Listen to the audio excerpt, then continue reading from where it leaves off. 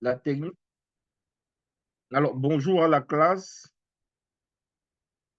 Alors, nous allons discuter autour de la responsabilité sociale des entreprises. Vous voyez, dans mon intitulé, j'ai mis entre parenthèses des multinationales. Donc, la responsabilité sociale des multinationales qui opèrent dans le secteur extractif en Afrique. Voilà ce qui va m'intéresser. Alors, pour cette séance, on va étudier, essayer de décortiquer le concept même de la RSE. Et voilà le plan que je vous propose. Le plan du cours, le plan de la discussion en 6 principaux points. On va essayer de faire un peu l'histoire de la RSE. Montrer l'engagement sociétal des multinationales en Afrique. Examiner leur responsabilisation, mais il y a aussi la question de leur contribution au développement communautaire, au développement local. Alors, il serait très intéressant de voir les dimensions de la RSE, c'est-à-dire les différents chapitres que recouvre cette notion. Cette portion du cours est intéressante et elle va nous connecter, par exemple, à l'actualité. J'ai partagé dans, dans nos forums, j'ai partagé quelques éléments sur l'environnement, sur la fiscalité, sur la transparence, des sujets vraiment d'actualité. Et, et on va par exemple voir que le dossier, ou alors le deal mené entre la RDC et les États-Unis en ce moment euh, choque sur les enjeux liés à la transparence, aux droits humains et à la protection de l'environnement, entre autres. Donc, 3 chapitres de la RSE.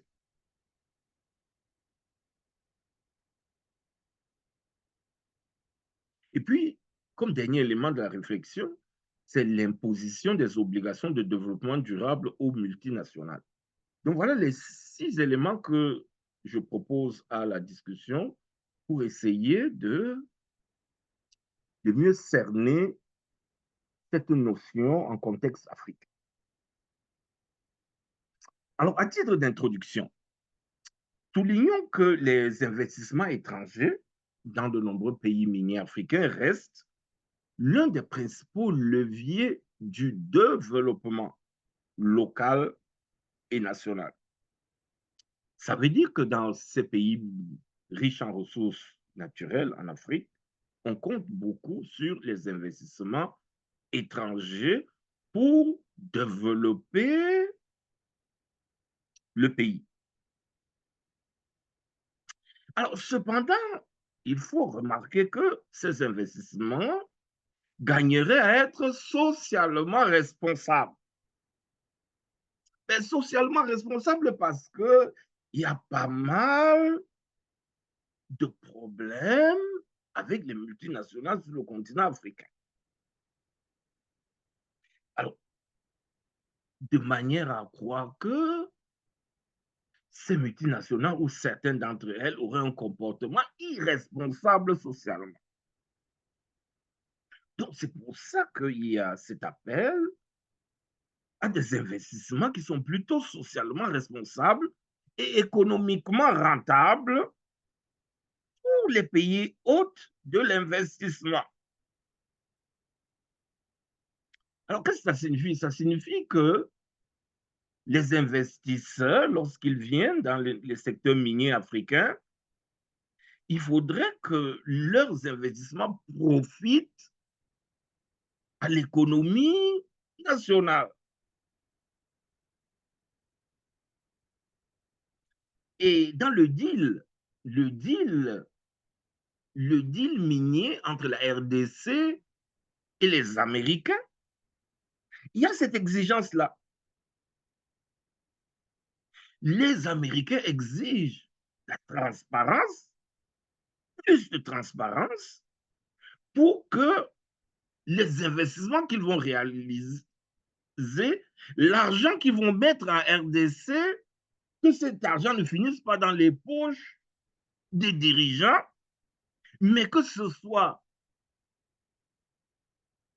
rentable économiquement pour le pays, profitable à son économie et à sa société.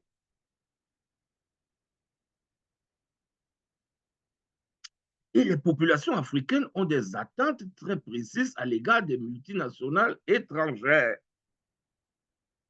qui exploitent leurs ressources minières, énergétiques et naturelles. Alors, dans mon pays, au Cameroun, les, je vais parler de l'exploitation forestière. On voit des gros camions transporter, évacuer le bois vraiment dans des zones totalement enclavées. Donc, quand ces populations voient ces multinationales forestières, elles attendent des routes, par exemple. Parce que dans ces localités-là, on veut la route. On attend que les exploitants forestiers bitument les routes. On attend que ces exploitants forestiers construisent des hôpitaux et des centres de santé. On attend que ces exploitants forestiers développent, créent des emplois, si vous voulez. Bref, les populations africaines ont des attentes très précises quand une multinationale arrive pour exploiter telle ou telle ressource, minière, énergétique ou naturelle.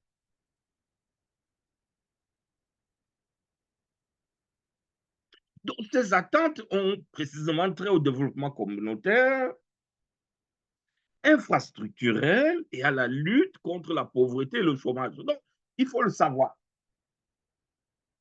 Et c'est d'autant plus intéressant que dans la définition de la notion d'investissement, il y avait l'élément de contribution au développement. Est-ce que la contribution de la multinationale au développement était un élément constitutif de son investissement pour que celui-ci puisse être protégé? Ça a été une très grande discussion.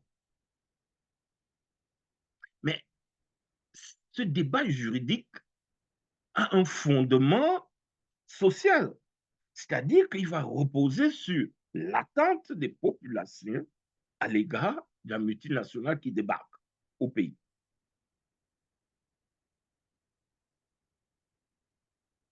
Donc, à l'initiative des Nations Unies, l'industrie extractive mondiale a essayé de réinventer la responsabilisation des multinationales. Donc, on va voir dans le cadre de ce cours les efforts, les initiatives des Nations Unies pour responsabiliser socialement les multinationales,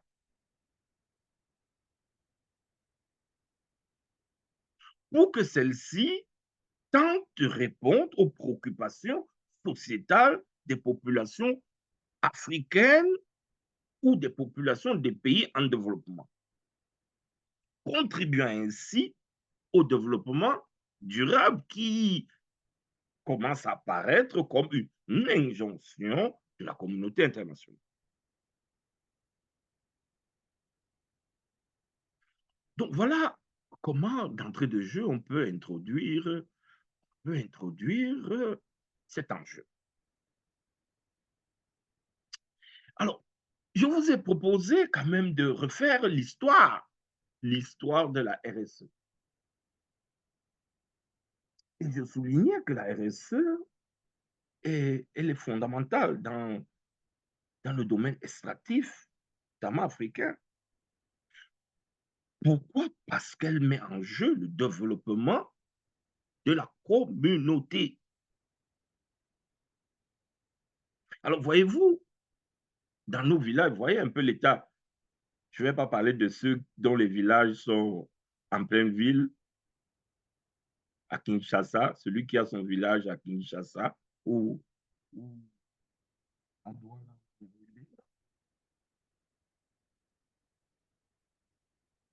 Je parle de ceux qui ont des villages vraiment au village, les vrais villages.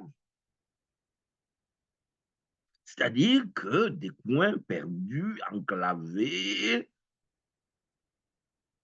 totalement perdus, enclavés, sans électricité ou presque, sans eau, sans infrastructures essentielles, des villages.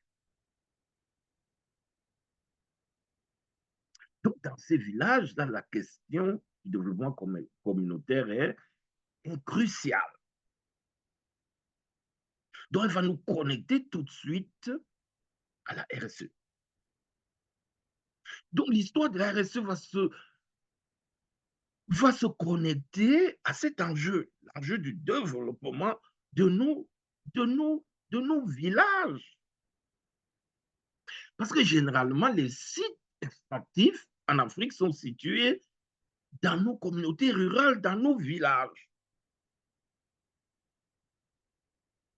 Et donc, il y a tout ce contexte, le contexte économique et social de précarité qui va caractériser la vie au village.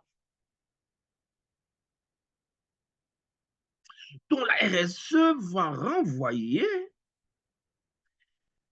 généralement aux œuvres philanthropiques des multinationales. Vous voyez, des multinationales vont apparaître dans un environnement comme celui de nos villages.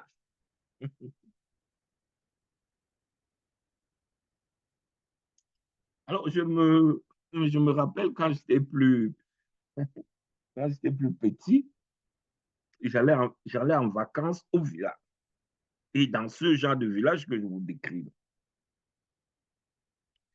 Et à l'époque, il y avait une entreprise qu'on appelait la Satom. Alors, la Satom était chargée de construire un pont, un grand pont. C'est le pont de Sac-Bayemi. Alors, ce pont devait permettre de désenclaver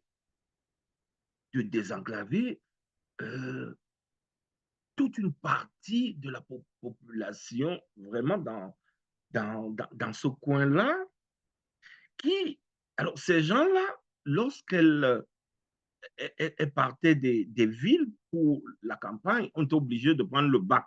Je ne sais plus si ça existe encore aujourd'hui. Oui, en RDC, je crois que je vois ça en RDC. Hmm?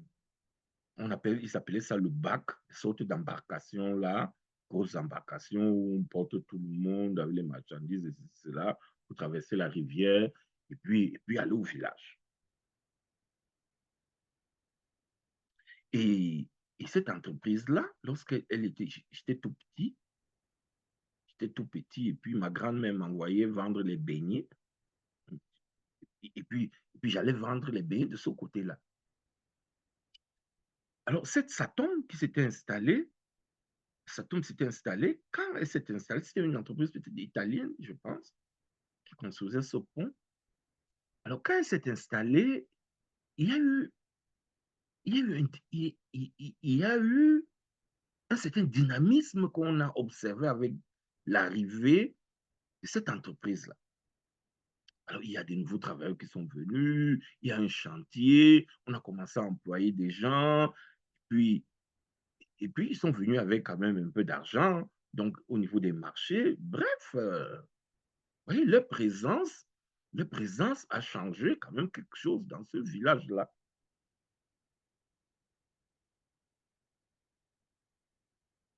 Et puis donc, la RSE va donc renvoyer aux œuvres philanthropiques.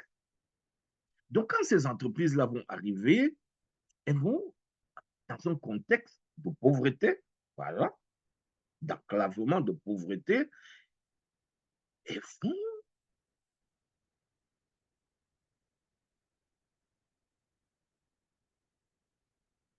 elles vont, alors donc, elles vont essayer de faire un peu de philanthropie, des œuvres caritatives, des choses pour améliorer la vie, la vie des gens.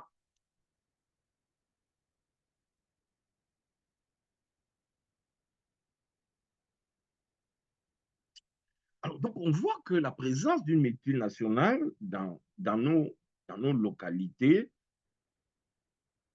leur présence dans nos localités, leur présence, c'est un événement plutôt, plutôt important et qui vient vraiment changer pas mal de choses. Alors, essayons de remonter dans l'origine de ce concept. On le situe dans les années 1930. Alors, à l'époque où on le créait, l'idée, c'était que les grandes entreprises ne devaient pas seulement agir dans l'intérêt des actionnaires. On sait que les actionnaires, ils viennent faire leur argent. Mais à partir de 1930, là, on est vraiment dans le capitalisme. Le capitalisme, c'est qu'on crée une entreprise pour faire de l'argent. Un point, un trait. Money, money, money. Même au détriment de toutes sortes de considérations. C'est l'argent qu'on cherche. Mais à partir des années 1930, on a commencé à dire que non, même si les entreprises, les grandes entreprises ont vocation à faire de l'argent, ben, il faudrait aussi qu'elles agissent dans l'intérêt des collectivités où elles travaillent, où elles sont installées. Donc, la RSE, à partir de 1930, va donc évoluer. On va voir que c'est un discours qui s'aligne sur les enjeux de société. Et ces enjeux sociétaux changent au fil du temps. C'est pour ça qu'on aura de la difficulté à enfermer la RSE sur un seul concept. Parce que les enjeux sont évoluent, sont changeants au fil du temps.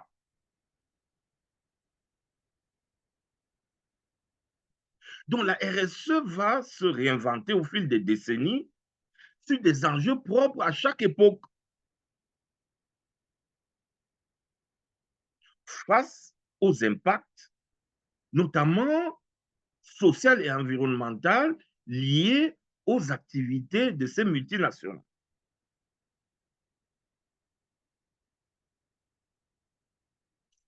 Alors, dans les années 1970-1980, on va observer une prise de conscience internationale, surtout européenne, sur les questions environnementales. Donc, dans les années 70 à 80, cette décennie-là, on va observer un regain de discours de la RSE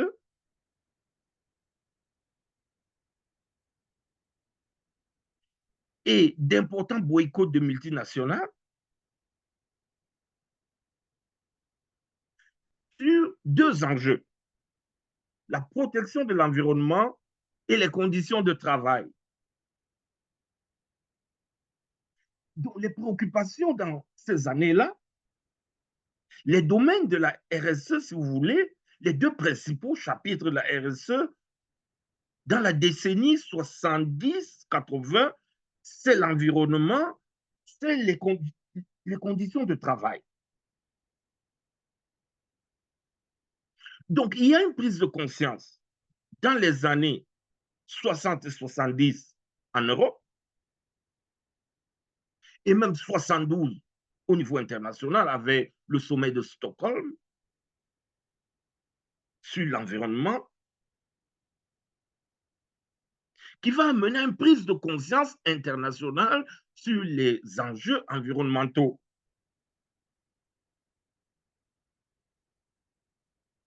À partir donc de 1970, on se dit qu'il faut protéger l'environnement. Donc l'environnement devient un enjeu majeur, un enjeu crucial et au cœur de la RSE.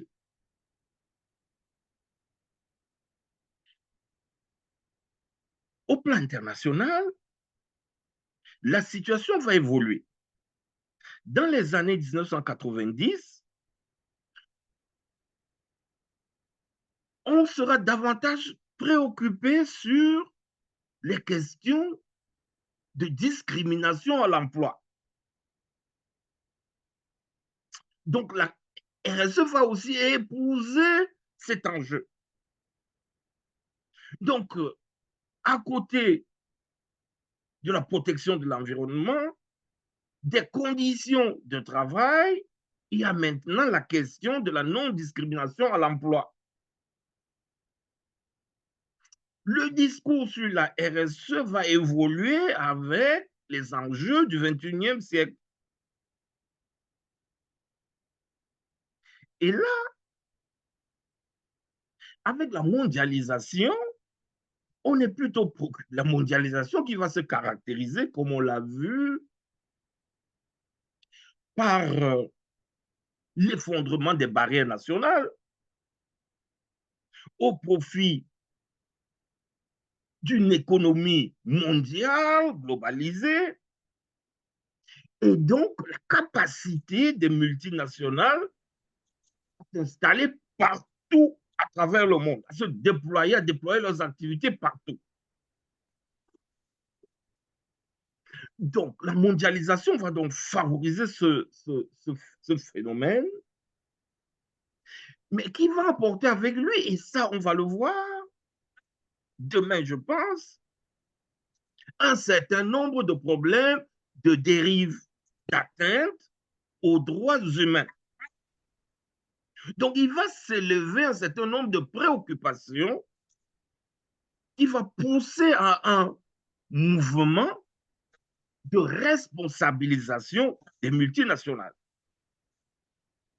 Donc, on va voir fleurir un certain nombre d'initiatives volontaires, des codes de conduite élaborés par des entreprises, des codes sectoriels, des chartes d'éthique, des cadres normatifs internationaux pour encadrer le comportement international des multinationales à la faveur de la mondialisation.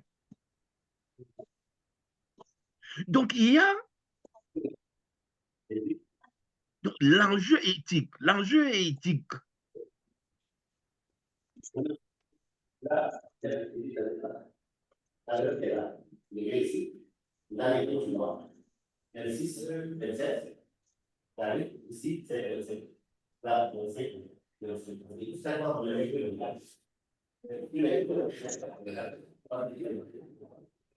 Alors, dans les années 2008,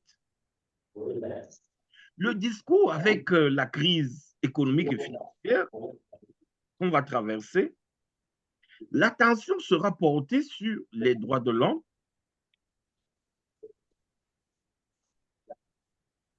les conditions de travail, le développement durable la corruption, la responsabilité fiscale et l'accaparement des terres. Alors, vous voyez tout un paquet de sujets, mais qui constituent les préoccupations de l'heure, les enjeux sociétaux de l'heure. Et donc, la RSE va prendre cette coloration. Donc, qu'est-ce qu'on peut constater à ce stade? On peut constater que les domaines de la RSE sont très évolutifs et que finalement, le contenu de la RSE est fonction des enjeux sociétaux. D'où la pertinence de l'expression responsabilité sociétale des entreprises.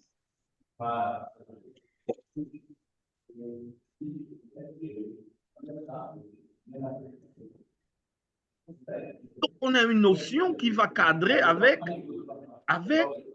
l'actualité.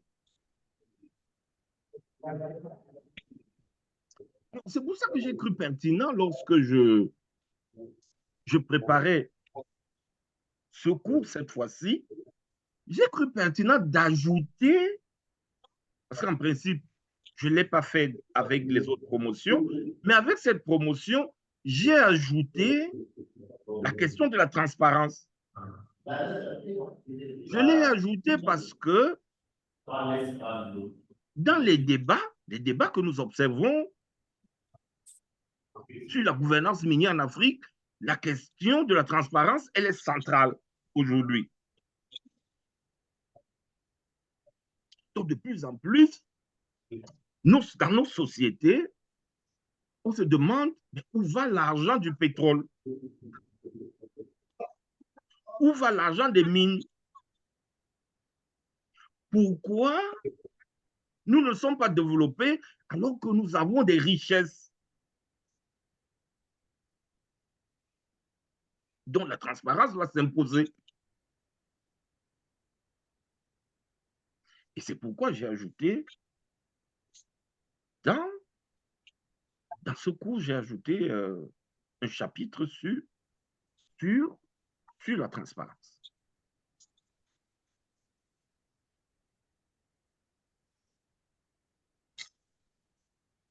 Donc, au regard de son évolution, il est certain que la RSE s'est historiquement construite au fil des décennies autour des réalités socio-économiques, politiques et culturelles qui président au déploiement des activités commerciales des grandes entreprises à l'étranger et notamment en Afrique.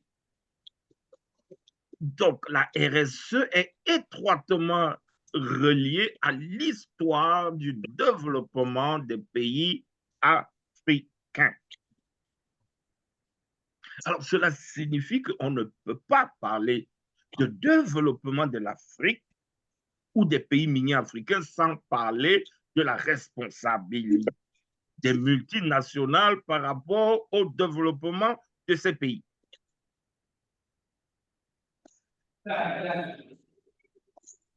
Alors, est-ce que vous avez d'entrée de jeu des questions, des remarques, d'observations, de commentaires?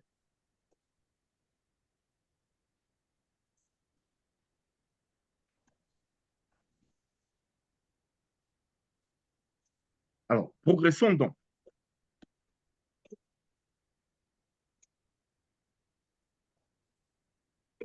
Examinons le deuxième point, qui est relatif à l'engagement sociétal des multinationales extractives en Afrique.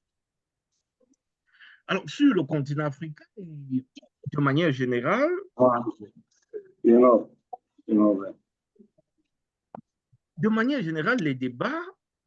les débats tournent aujourd'hui autour du développement durable et des changements climatiques. Donc, parmi les grandes préoccupations, alors, est-ce que Youssouf peut fermer son micro, s'il vous plaît?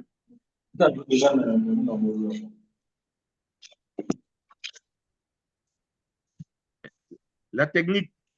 La technique, aidez-les à fermer les micros, s'il vous plaît.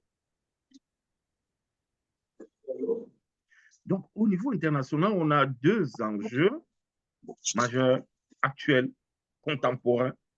C'est la lutte contre les changements climatiques et le développement durable.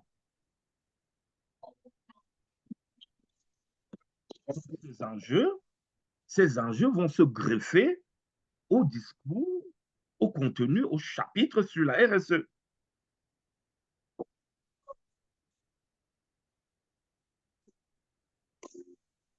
Mais pour autant, en dépit de l'actualité de ces enjeux, on ne va pas, en ce qui concerne le continent africain, on ne va pas oublier la question de la lutte contre la pauvreté.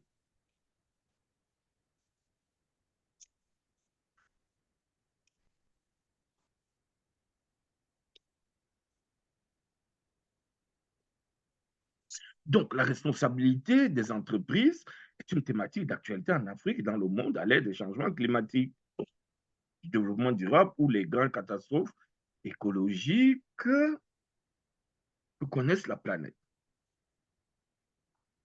Donc, l'impact négatif des activités des grandes entreprises et multinationales sur les droits de l'homme et l'environnement constituait une préoccupation de la communauté internationale depuis plusieurs décennies maintenant.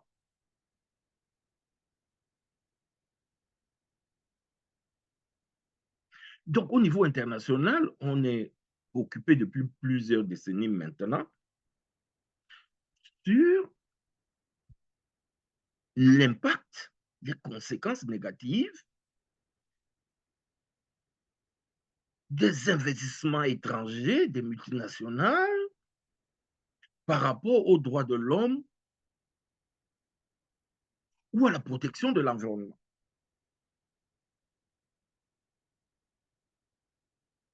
Mais quid de la lutte contre la pauvreté? Donc, le discours international, vous voyez, le discours international va se focaliser sur les droits humains et sur l'environnement, mais moins sur la question de la pauvreté. Donc, le discours international est à la régulation de la mondialisation et à la moralisation du capitalisme.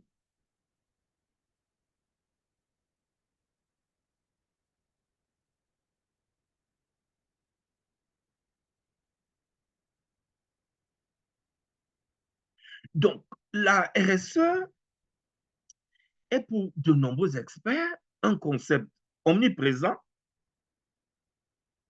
polysémique et problématique. Ce n'est pas un concept qui est facile à manipuler. Pour ces auteurs, la RSE est une notion diffuse, elle est insaisissable et elle renvoie à une pluralité de sens. Donc, il y a tout dans la RSE. C'est un concept fourre-tout. Bonnie Campbell et Myriam, ces deux auteurs canadiennes, donc pour ces auteurs, la RSE est en évolution constante, comme on a pu le voir en passant en revue l'histoire. Elle renvoie à la conduite éthique d'une entreprise, à ses relations communautaires, donc avec les communautés, à ses politiques d'engagement avec les parties prenantes ou à l'acceptabilité sociale des projets. Donc, il y a tout dans la RSE, ou tout au moins, il y a beaucoup de sujets.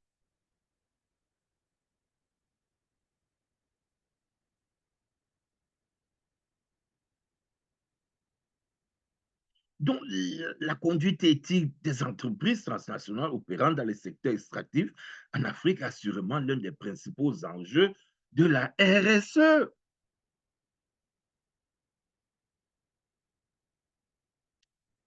Donc, c'est une préoccupation.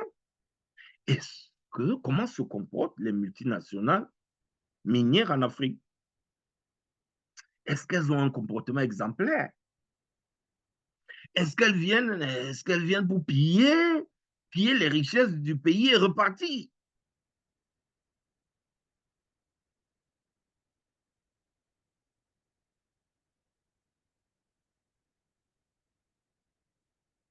Alors, généralement, les Canadiens ont des standards très élevés hein, en matière de gouvernance. Vraiment, les standards canadiens sont généralement très élevés, mais il y a un ouvrage qu'on avait écrit, je le cherche, je crois Noir Canada. Je crois que c'est ça le titre, Noir Canada. Oui.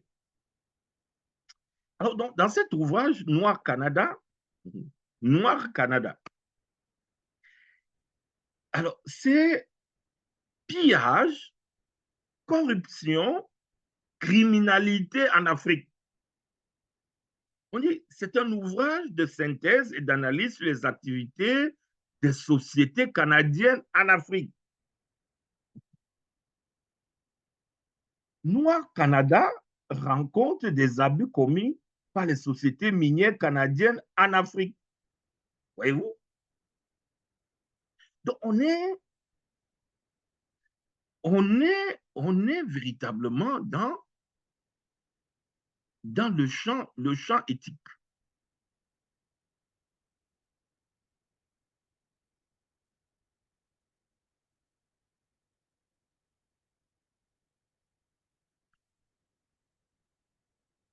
Donc, la conduite éthique des multinationales qui opèrent en Afrique est une préoccupation internationale.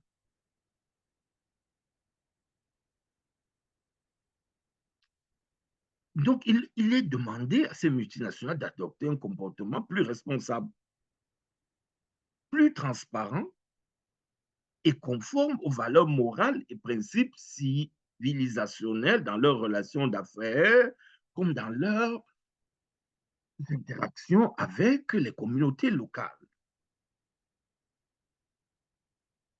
La lutte contre la pauvreté, le chômage, le sous-développement sont au cœur des attentes des populations africaines à l'égard des multinationales qui exploitent les ressources naturelles en Afrique. Donc, quand ces multinationales débarquent sur le continent, les populations les attendent sur le terrain de la lutte contre la pauvreté, pour résorber le chômage et pour développer leur région, leur localité.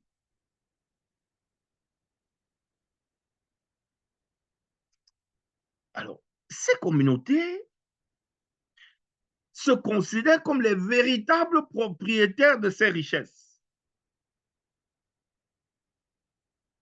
Voyez-vous? Donc, les richesses que les multinationales viennent exploiter là, donc, en dépit de toutes les affirmations du droit, c'est écrit dans toutes les lois minières et codes miniers d'Afrique que l'État est propriétaire des richesses minières. Et l'autre jour, le bâtonnier de la RDC, il nous a posté quelque chose dans le groupe. Et dans son post, on disait que euh, lorsqu'on découvre, l'or sur ton terrain, l'or appartient à l'État. Mais lorsqu'on découvre le chanvre indien, sur le même terrain, le chanvre indien t'appartient, puis tu vas aller en prison pour ça. Donc, ces richesses-là, dont se sont autoproclamés propriétaires les États africains, mais les communautés locales disent que ça leur appartient. Que le vrai propriétaire, ce n'est pas l'État qui s'autoproclame propriétaire, Mais c'est bien les communautés locales qui se considèrent comme les véritables propriétaires, donc en dépit des affirmations législatives et constitutionnelles, les communautés locales disent que c'est elles les propriétaires de ces ressources. Et en contrepartie de l'exploitation de leurs richesses, il faut leur construire des infrastructures essentielles. Il faut développer leur communauté en contrepartie de l'exploitation de leurs richesses traditionnelles.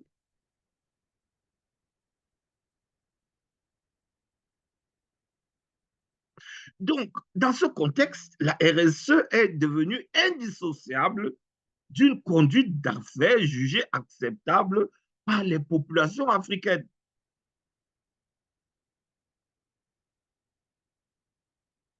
Donc,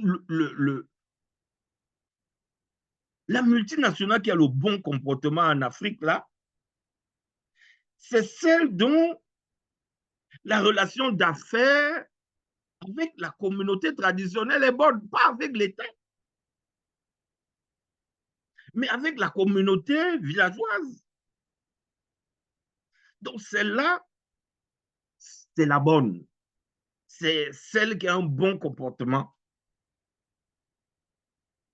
qui a un comportement éthique, qui pratique la RSE. N'hésitez pas à m'interrompre, hein, si vous avez des questions, n'hésitez pas.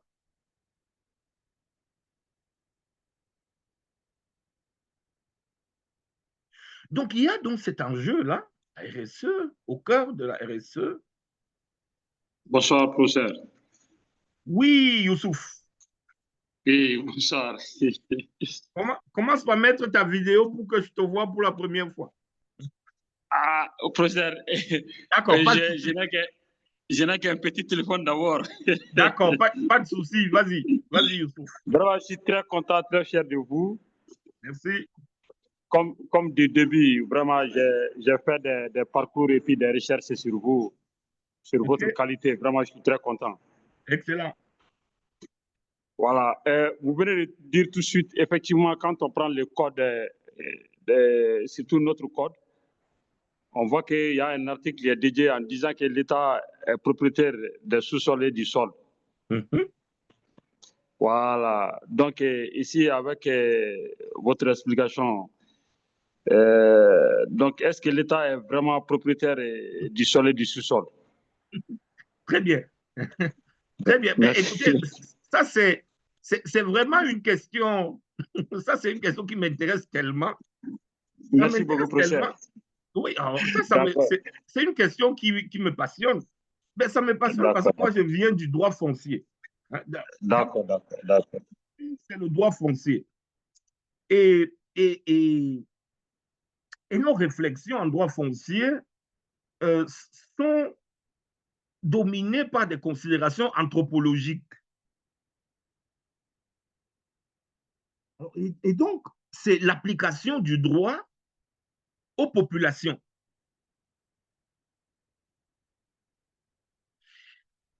Et dans les réflexions anthropologiques, donc, on va remarquer sur le terrain des ressources naturelles que les réformes en Afrique, généralement, ont du mal à passer. Ont du mal à passer parce qu'on a des visions, on a deux visions opposées sur la propriété de ces ressources. On a une vision coutumière et une vision occidentale.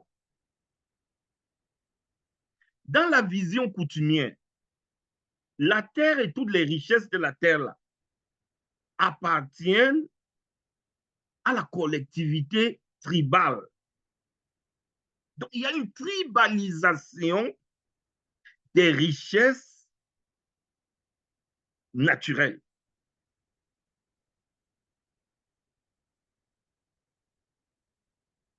Et il y a une conception africaine. Une conception, c'est-à-dire que c'est une conception qui est très partagée sur toute l'Afrique.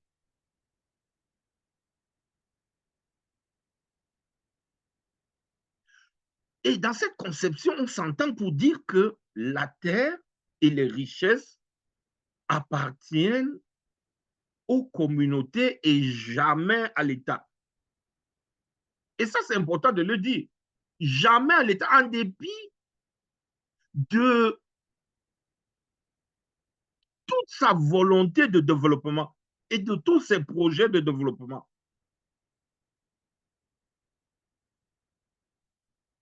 Donc, de l'autre côté, on a la conception occidentale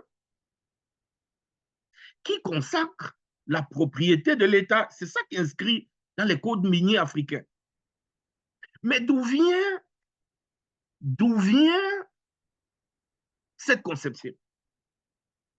Cette conception est d'origine coloniale. Et c'est ça qui va poser problème. Parce que quand les colonisateurs vont arriver, ils vont mettre la main, ils vont mettre sur pied un système d'accaparement des terres et des richesses en créant un système de propriété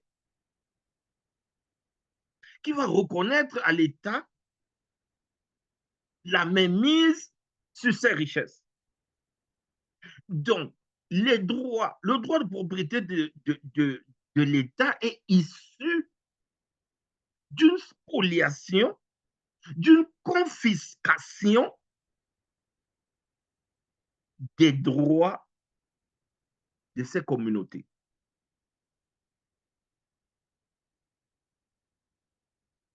Alors, donc, quand vous me posez la question, et qui est vraiment propriétaire, vous voyez qu'il y a deux réponses. Le droit dit, le droit d'inspiration occidentale répond que c'est l'État, et ça vient de là. Donc, l'État, au fond, l'État n'est que continuateur d'une politique de spoliation des richesses des communautés en Afrique. Voilà ce qu'est l'État. Et voilà le sens de cette disposition dans le code minier du Mali, du Cameroun, de la RDC, de tous les pays miniers. Oui, chèque. Oui, vous avez levé la main, chèque. Chèque Omar, ouvrez votre micro. Professeur, je suis très content de la réponse. Merci beaucoup. Ok, bonjour tout le monde. Merci professeur Bonjour. pour la qualité de la présentation.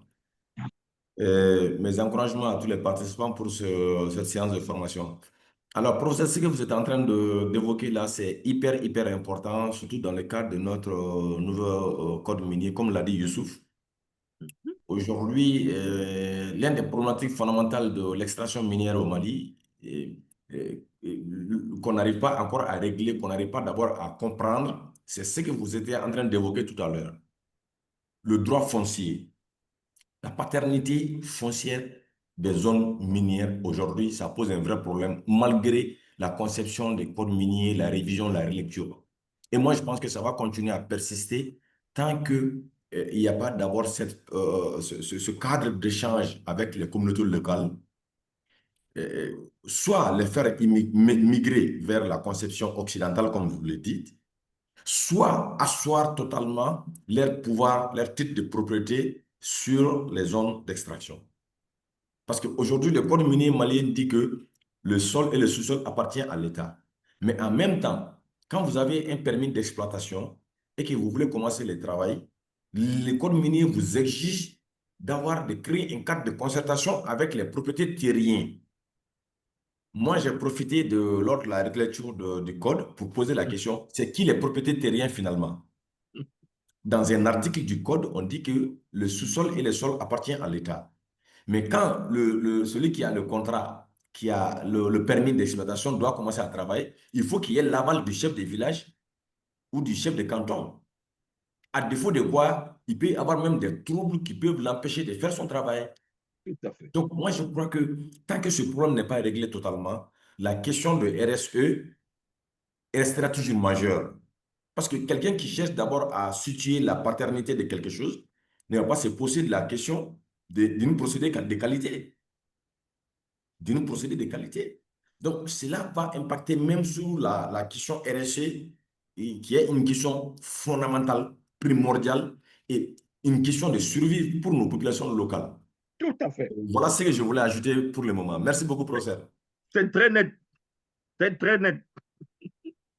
Oui, Béni. Oui, allô? Oui, allez-y. Oui, j'aimerais juste rajouter ceci.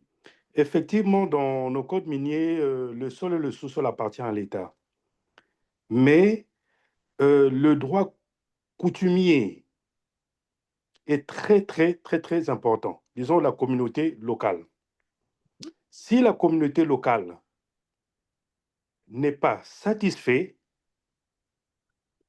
quelle que soit l'entreprise, ils auront vraiment des grandes difficultés de production. Et dans l'entretemps aussi, si on adaptait le code minier dans les paragraphes où c'est stipulé que le sol et le sous-sol appartiennent à l'État, il y aura aussi un grand problème de partage de richesses avec les communautés voisines.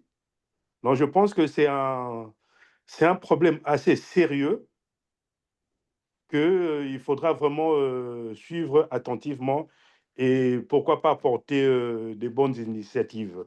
Voilà ma petite réaction. Très bien. Très bien. Très bien. Merci. Et effectivement, au nom de... Parce que ça on l'a souvent entendu là. euh, euh, on a souvent entendu certains juristes, certains participants à la discussion, à la classe, soutenir que euh, bon, l'État doit s'occuper, il y a cette idée qu'il doit s'occuper de toutes les collectivités, consorts et consorts et consorts là. Ce qui est vrai, ce qui est absolument vrai, c'est le rôle de l'État de s'occuper de tout le monde. Mais sauf que il y a ce particularisme-là. Il y a ce particularisme du rapport de la communauté avec ses richesses. Pas de la communauté voisine. L'État doit certainement développer tout le pays. C'est son travail de développer tout le pays, mais il y a le rapport que la communauté, telle communauté, a avec ses richesses.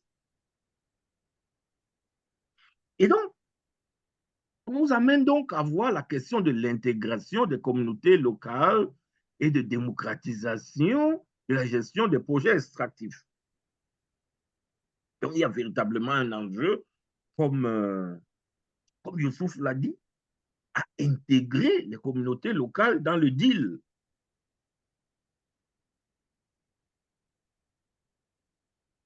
Pour les intégrer dans le deal. Donc, en fait, dans les deals de Donald Trump, là, si tu veux faire un bon deal sur... il faut les appeler. Vous les appelez, et quelqu'un a parlé de les communautés locales doivent être satisfaites. Je ne sais pas si c'est béni. Oui, il faut les inclure dans le deal. Il faut les intégrer dans le deal. Donc, la RSE pourrait être considérée par de nombreux Africains étrangers comme un instrument d'intégration des communautés locales et autochtones dans la gestion des projets qui les affectent. Donc, c'est un bon véhicule pour les amener dans le business. Donc, en plus d'intégrer tout le monde, toutes les parties prenantes, la RSE va donc permettre de démocratiser la gestion des projets extractifs pour faciliter leur réalisation en obtenant la licence sociale d'exploiter. Et c'est ce que l'un, je ne sais pas, Youssouf ou quelqu'un vient de dire là. Si vous ne le faites pas, on peut avoir de grosses perturbations dans l'exécution du projet. Donc, en les intégrant, on vous donne la licence. Alors, ils vont appeler ça ici la licence sociale d'exploiter ou l'acceptabilité sociale. Mais nous, nous du droit coutumier, là, on va appeler ça la licence traditionnelle d'exploiter.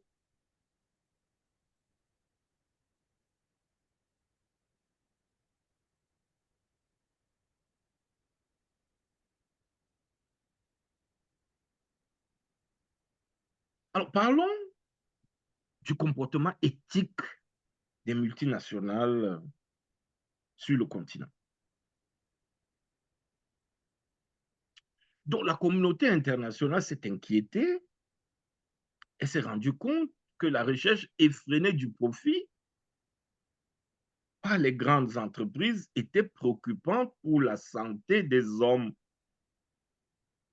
Donc, on a pu observer, et puis on l'a vu dans les vidéos que je vous ai partagées pour certains sur les déversements pétroliers au Nigeria, on a vu que ben, la pollution avait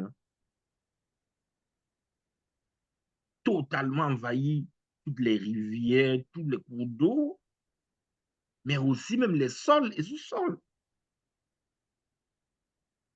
Donc, ça fait que même les cultures, la culture devenait impossible dans ces contextes-là. Et donc, ça posait donc un problème aussi pour la santé de ces populations. Mais aussi, il y a la question de la survie des espèces. Et tous les poissons sont morts.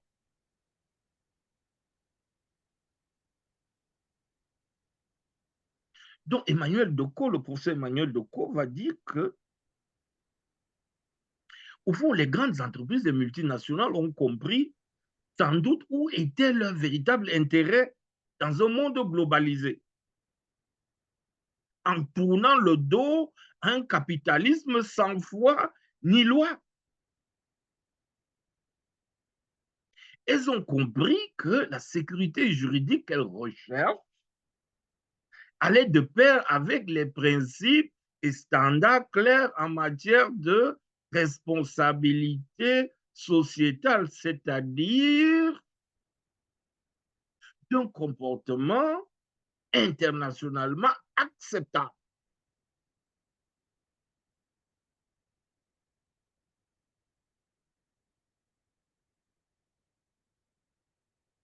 Bien. Voyons ce que l'OCDE a fait une étude. L'OCDE,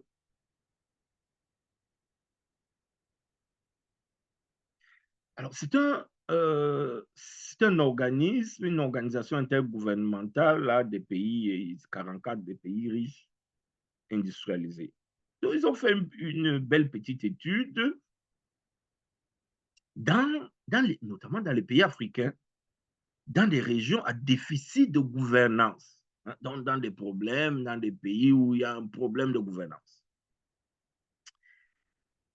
Alors, dans leur étude, a montré la voie, montrant bien sous un titre pudique les enjeux d'investissement dans les zones de non-droit. Donc, ils ont étudié un peu les enjeux, quels sont les enjeux d'aller investir dans des pays de non-droit. Alors que dans un état de droit, un état de droit va fixer une législation nationale non discriminatoire, c'est-à-dire les règles sont là et on les applique à tout le monde. Celui qui respecte n'a pas de souci. Celui qui ne respecte pas, on le frappe, on le sanctionne. Donc, dans ces états-là, ces États assurent le respect des obligations internationales en matière de droits de l'homme. Là aussi, on veille à ce que, comme nous parlons des multinationales, qu'elles respectent les droits de l'homme. Et dans ces États, on va offrir des recours juridiques effectifs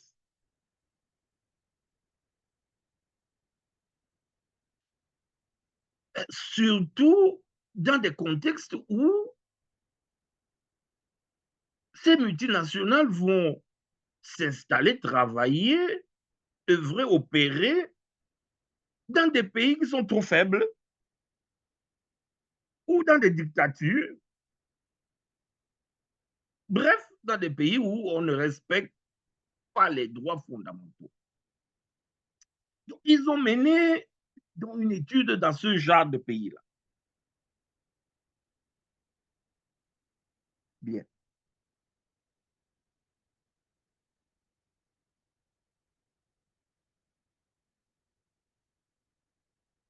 Donc, on va appeler ces pays dans la littérature américaine des failed states, des États faillis, des États en déficit de gouvernance, des États corrompus, des États dictatoriaux ou des États trop faibles, des États en panne. Donc, alors, ils vont, dans leur étude-là, ils vont reprocher aux multinationales de profiter. Vous voyez? Donc, alors, est-ce que les multinationales aiment bien aller dans ce genre de pays-là, où il n'y a pas le droit, où vraiment où on peut jongler comme on veut? Voyez-vous? Peut-être que dans ce genre de pays-là, où il n'y a pas de règles, où on fait comme on veut, donc dans ce genre de pays, tu viens, tu fais ton argent, et puis tu repars. Ça ressemble à un contexte idéal pour aller vite faire son argent et repartir. Donc on va voir que certaines multinationales sont très attirées par ce genre de description-là, où il n'y a pas de loi. On peut faire des affaires dans des pays où il n'y a pas la loi. Bien. On va aussi reprocher dans cette étude aux multinationales de profiter de la concurrence que se livrent les États africains pour attirer les investissements étrangers. Alors, sur la question des investissements, il faut dire que, alors j'utilise souvent une expression comme quoi l'argent poursuit l'argent. C'est-à-dire, l'argent poursuit les riches. L'argent n'est donné qu'aux riches et pas aux pauvres. Donc, l'argent poursuit l'argent. Et c'est exactement ce raisonnement qu'on va voir avec les investissements.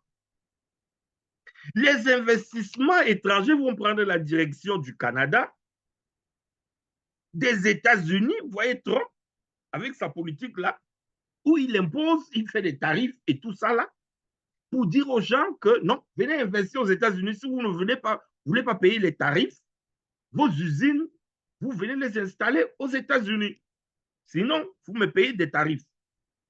50% pour certains, 70% pour d'autres, 400% pour la Chine, etc.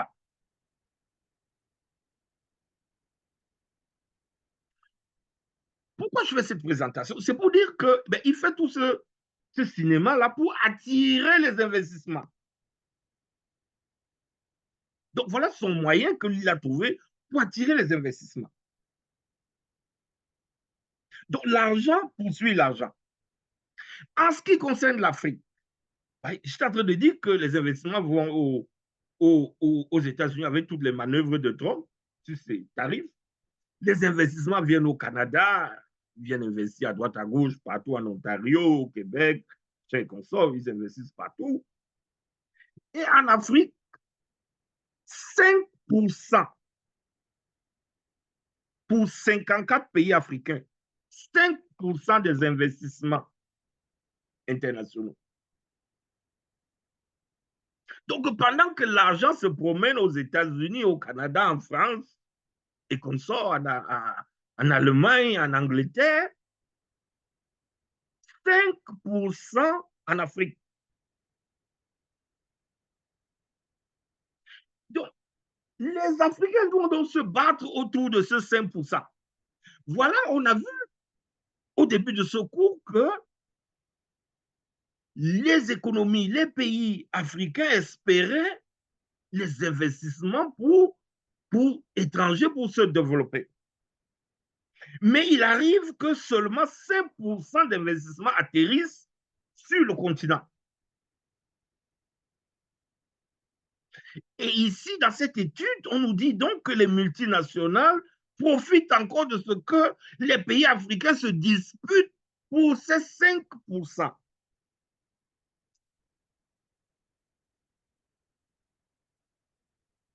Donc, on leur reproche de profiter de la concurrence que se livrent les États africains pour attirer à eux des investissements étrangers à hauteur de 5% pour tout un continent.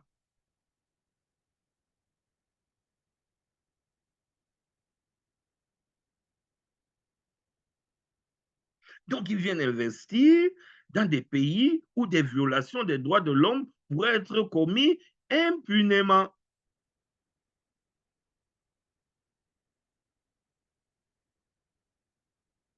Donc, on est sur le comportement éthique des multinationales.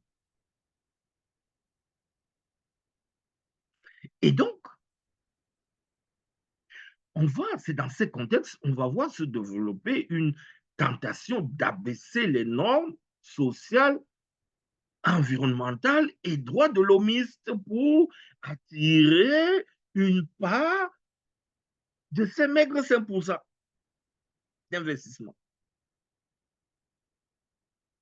Donc, le professeur Olivier de Schutter, rapporteur des Nations Unies,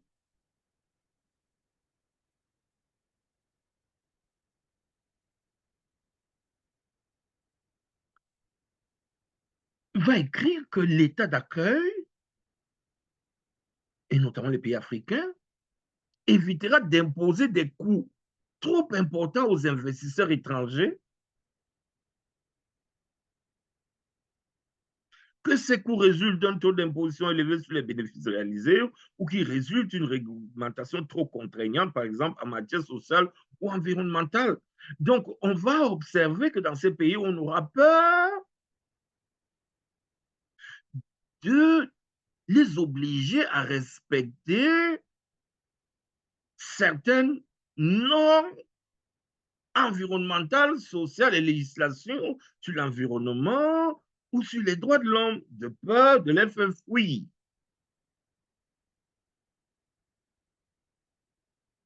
Dans le souci d'attirer les investissements étrangers, l'État peut être tenté d'accepter, au moins à court terme, un renforcement des inégalités entre travailleurs qualifiés et travailleurs moins qualifiés. On le voit souvent avec les Chinois. Les locaux et les Chinois et les expatriés et comme ça.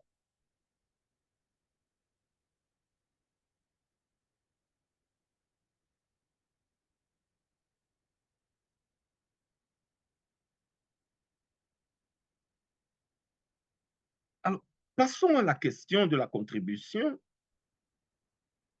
des multinationales au développement communautaire en Afrique. Infrastructures et services essentiels. Alors, comme on le disait, les projets extractifs sont en général situés en Afrique dans des communautés rurales, souvent éloignées des grandes villes, des coins reculés, parfois très enclavés.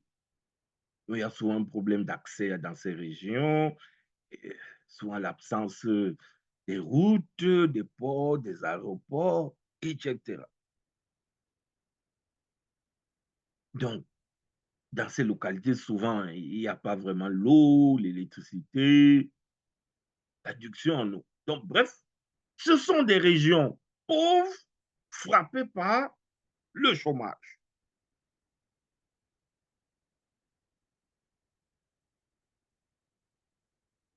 Donc, les multinationales vont être perçues, à tort ou à raison, comme des agents de développement par les communautés riveraines qui entendent d'elles de contribuer au développement local et d'œuvrer à la réduction de la pauvreté. Donc, c'est véritablement ainsi décrit le contexte dans lequel ces multinationales sont attendues. Elles sont attendues sur le terrain de la contribution au développement communautaire.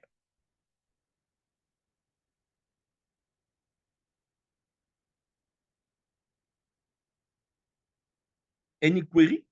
Question? Commentaire?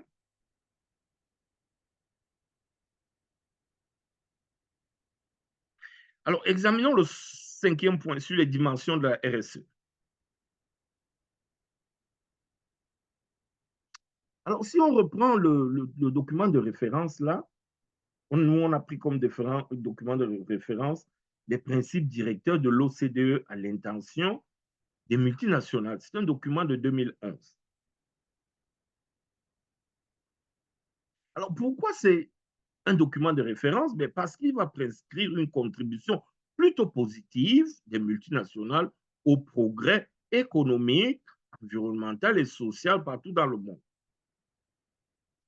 Donc, l'OCDE va dire à ces multinationales que, bon, écoutez, allez faire le business partout dans le monde, mais écoutez, il faut contribuer au progrès économique, environnemental et de la société. Il faudrait qu'au final, quand vous partez de là, vraiment, que votre image soit plutôt belle parce que vous avez redonné à la communauté, vous avez transformé les communautés dans lesquelles vous vous êtes installé.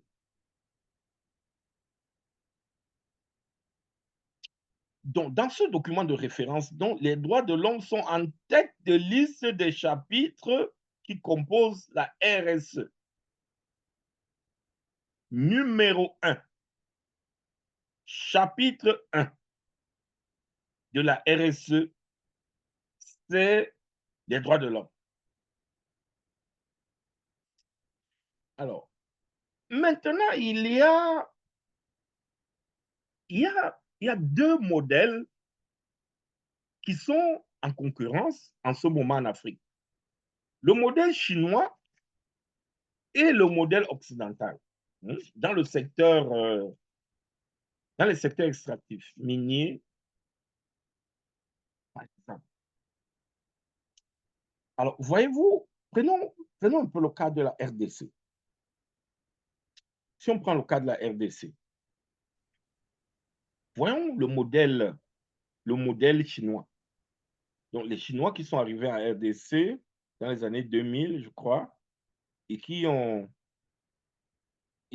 conclu notamment le contrat du siècle. Alors, pour les Chinois,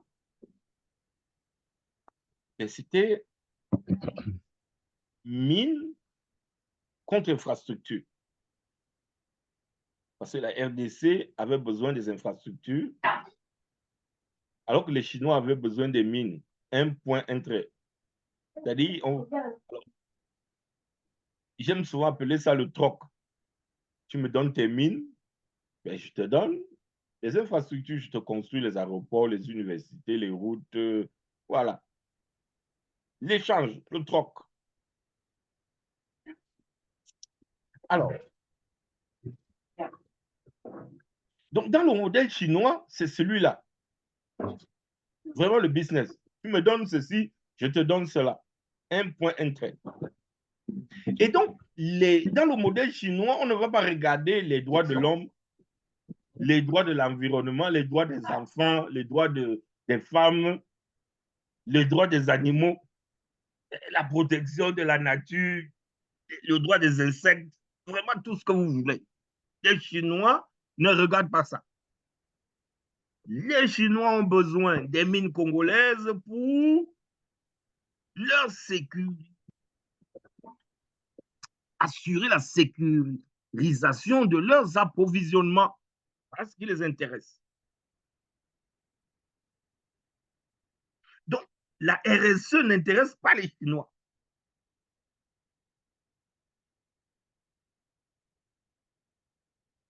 A contrario, lorsque les Américains débarquent, ils n'ont même pas encore pleinement débarqué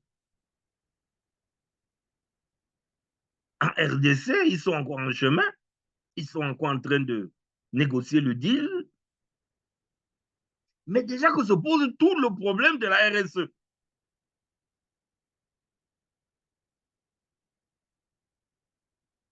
On a reproché, je vous ai fait suivre la vidéo, on a reproché au modèle d'exploitation des minerais en RDC qu'on viole les droits humains.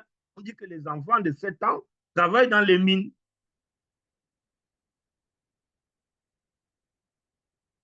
On dit qu'il y a les diamants de sang, les minerais de sang. On dit qu'il faut faire la transparence pour empocher tout l'argent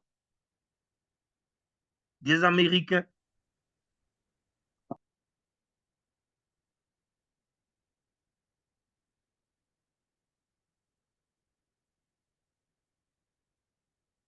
Donc, vous voyez, donc il y a, est-ce que, et donc la question c'était,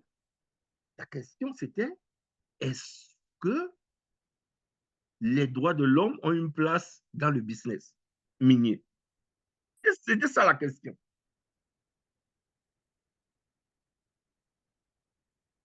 Est-ce qu'il faut inscrire les droits de l'homme au cœur de l'exploitation, de notre modèle d'exploitation minière?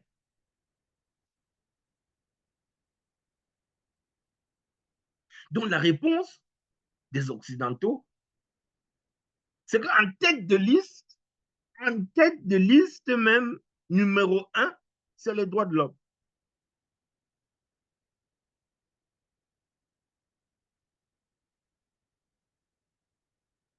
Mais vous voyez, la réponse de l'OCDE.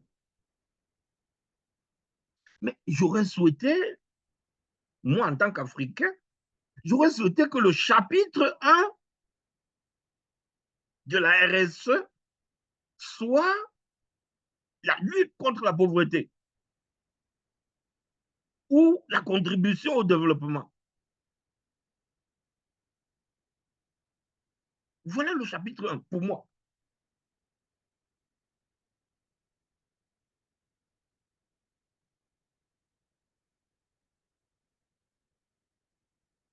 Donc, mais pour notre document de référence, le chapitre 1, c'est les droits de l'homme. Alors, toujours dans ce document, on va retrouver un chapitre sur l'environnement. Donc, vraiment, vous voyez, c'est des grandes préoccupations occidentales et mondiales, ou internationales, si vous voulez. Pour ceux qui ont déjà fait un cours sur les droits de l'homme, on reproche à cette discipline d'être européenne. On dit que, dans les critiques, on dit que les droits de l'homme sont une invention européenne. Une invention européenne.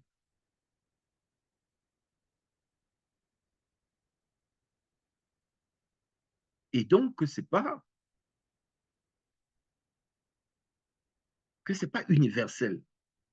Ce ne sont pas des droits universels. C'est une invention des Européens.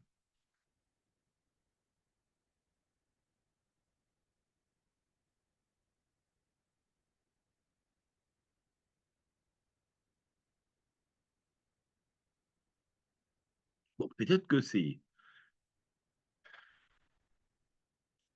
les Chinois aussi adhèrent à ce genre de raisonnement. Donc, bref, alors donc, il y a donc ce chapitre sur les droits de l'homme et le droit de l'environnement. Et c'est d'ailleurs pour ça que je faisais le commentaire, pour dire que ces deux chapitres qui semblent être prioritaires, droit de l'homme, droit de l'environnement, ce sont des enjeux occidentaux. Ce sont d'abord des enjeux occidentaux. Alors que, comme je l'ai dit, le premier enjeu pour les pays africains, c'est la lutte contre la pauvreté. Ou plus positivement, c'est le développement. Mais on va voir dans ce document occidental que le chapitre 1, c'est les droits de l'homme. Le chapitre 2, c'est la protection de l'environnement. Le chapitre 3, c'est les relations professionnelles, les relations sociales dans l'entreprise. Le chapitre 4, c'est la lutte contre la corruption. Le chapitre 5, la fiscalité, bref, un certain nombre d'enjeux sociétaux auxquels sont confrontés les multinationales dans les pays en développement. Donc, au total, plusieurs chapitres vont composer la RSE, mais de manière générale, on va dire que la RSE va toucher à l'environnement, à l'économie, à la société et aux droits de l'homme.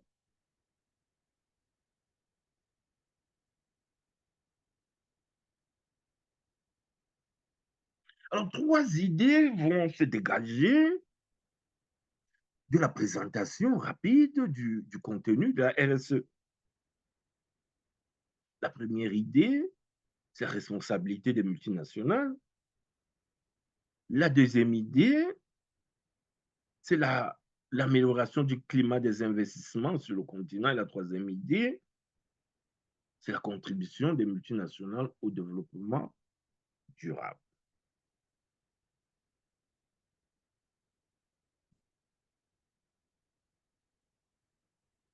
Alors, la Commission européenne va définir la RSE comme l'intégration volontaire par les entreprises des préoccupations sociales. Et ça va un peu nous déranger. Mais ça va nous déranger, pourquoi? C'est le mot volontaire là qui va un peu nous irriter. Étant donné que les multinationales ne sont pas humanitaires. Elles n'ont pas pour vocation de faire la charité. Elles ne sont pas philanthropes par excellence. Et donc, lorsque on élabore des codes de conduite à leur intention et que tout ça, on le soumet à leur bon vouloir, caractère volontaire, donc ça peut nous inquiéter, compte tenu de leur nature, de leur identité.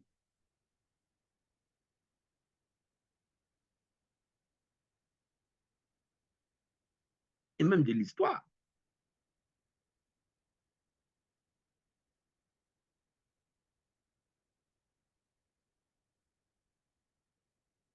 Donc l'environnement et la société ici va surtout renvoyer aux droits humains. On peut y mettre le développement local.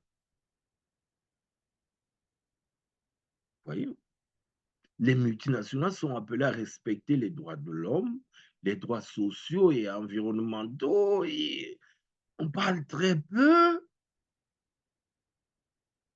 du développement.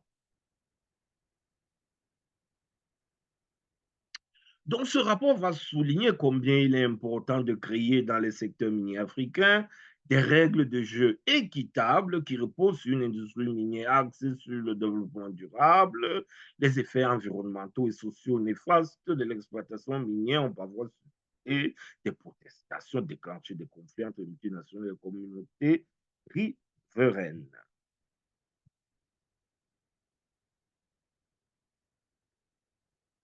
Dernier élément de la discussion, l'imposition des obligations de développement durable aux multinationales extractives. Alors, c'est surtout l'impact des activités des multinationales sur les populations et l'environnement dans les pays hôtes qui fait réagir internationalement.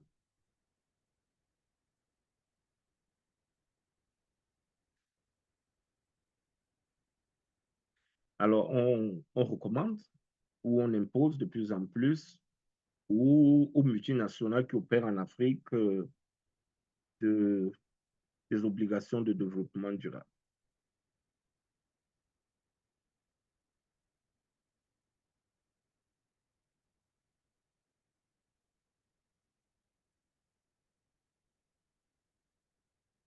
Alors donc, il y a eu cette discussion sur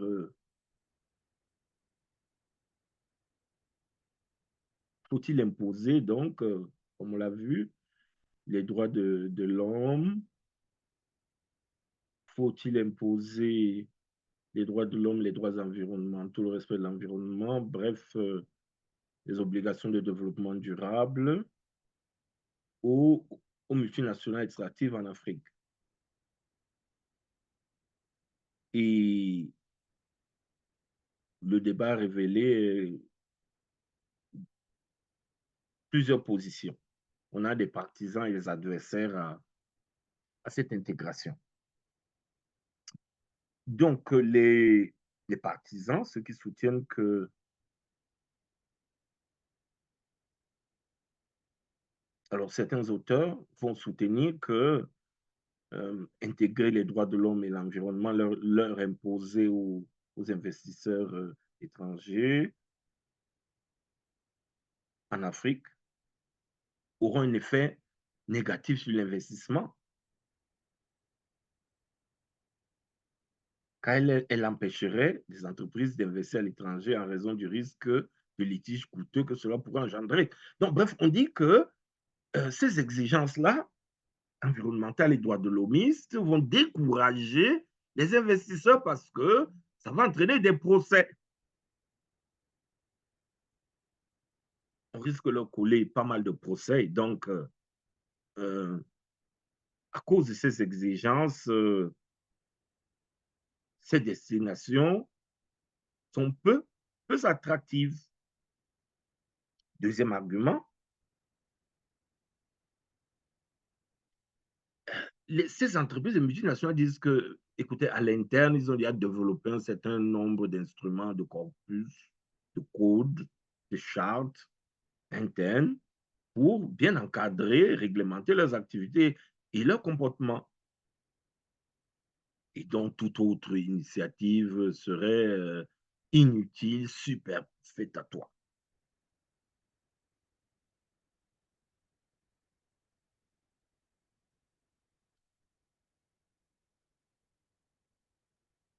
Et d'autres vont dire que, on a dit tantôt que les droits de l'homme, il y a cette critique que les droits de l'homme étaient une invention européenne. Donc, certains vont défendre l'idée que les droits de la personne, l'intégration des droits de la personne pourrait être perçue comme une sorte de néocolonialisme, une colonisation, une nouvelle colonisation juridique des Africains en leur imposant cette invention occidentale.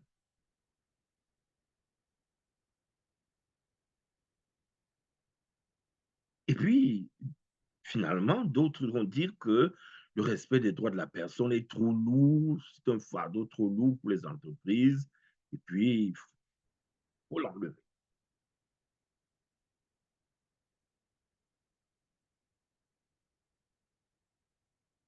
Alors, que disent les adversaires? Les adversaires vont dire exactement le contraire, à savoir qu'il est effectivement très pertinent d'inclure des clauses droits de l'homiste, des clauses environnementales dans les contrats miniers ou dans les traités d'investissement.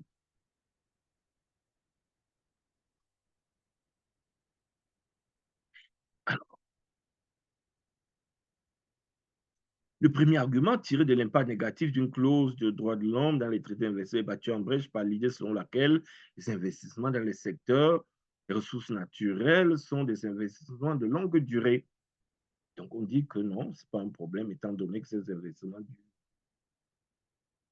Donc, ça ne devrait pas être problématique si on doit leur demander de respecter.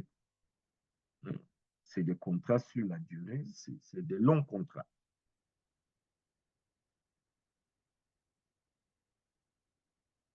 Et que, dès le départ, avant même de conclure le traité ou les contrats d'investissement, la question des droits de l'homme ou de l'environnement est plutôt prévisible. Ça doit faire partie de l'examen des risques liés à l'investissement.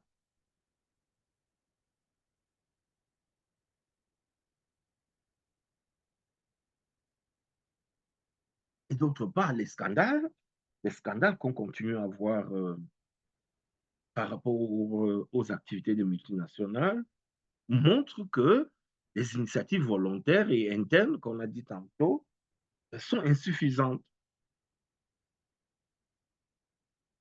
Donc, les tentatives de réglementation sont insuffisantes.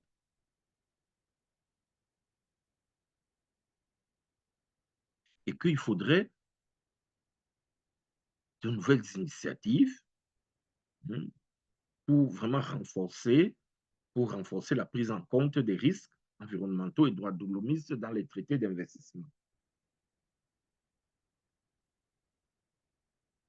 Alors, sur la question du caractère néocolonialiste, du discours sur les droits de l'homme, alors là, on dit qu'il faut balayer ça d'un revers de la main parce que finalement, les droits de l'homme, c'est le résultat d'un consensus mondial sur le caractère universel des droits de l'homme et que simplement, on ne peut pas accepter de régression à ce domaine. En conclusion,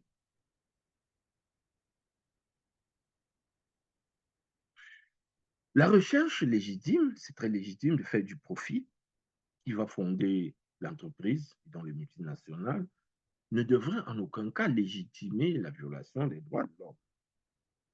La recherche du profit n'est pas incompatible avec le respect des droits de l'homme et de l'environnement. Donc, on devrait concilier, lorsqu'on travaille en Afrique, recherche du profit et respect des impératifs du développement durable, à savoir droits de l'homme et environnement. L'engagement des multinationales en faveur du développement durable doit être renforcé, ainsi que la contribution du commerce et de l'investissement au développement durable. Donc, on doit renforcer, on doit plutôt renforcer l'engagement des multinationales en faveur du développement durable en Afrique. Voilà.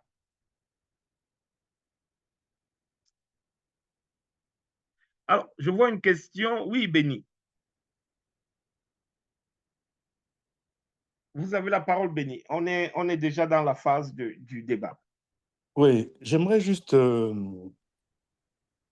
rajouter ceci.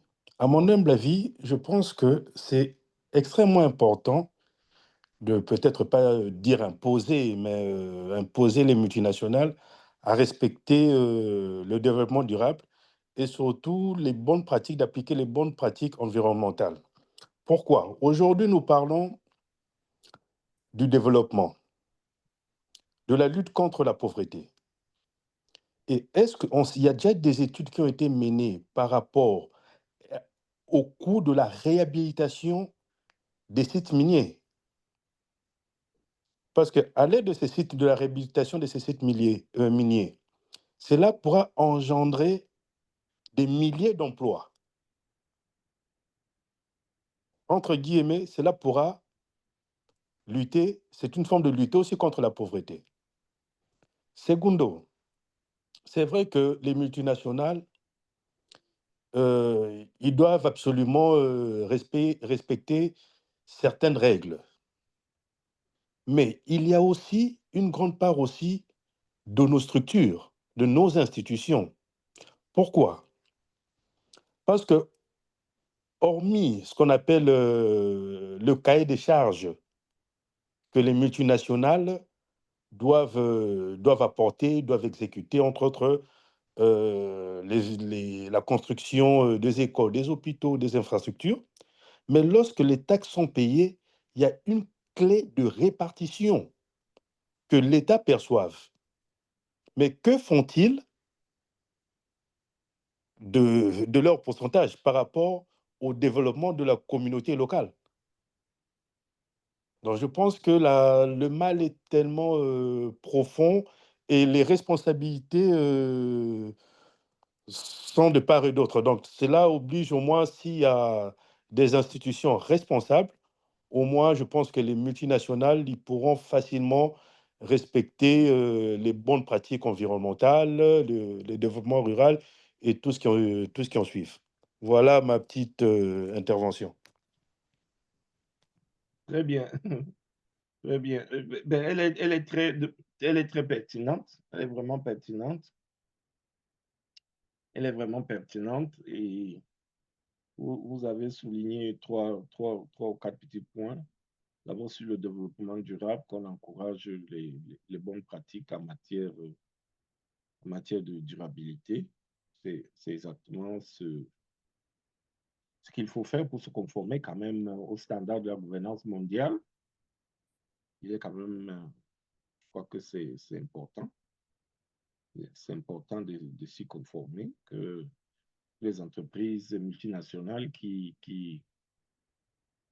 exercent en Afrique, si, que ça ligne, que s'y conforment. Parce que dans un pays comme, alors si je prends un pays comme le Canada, ici, rien à faire. Rien à faire. Vous respectez la loi. Rien à faire. Il n'y a pas moyen. Il n'y a pas moyen de faire autrement. Alors, si les pays, le pays de nationalité là, dans le pays de nationalité, on se conforme à la loi, pourquoi ne pas se conformer à la loi à l'étranger? Pourquoi ne pas respecter les standards,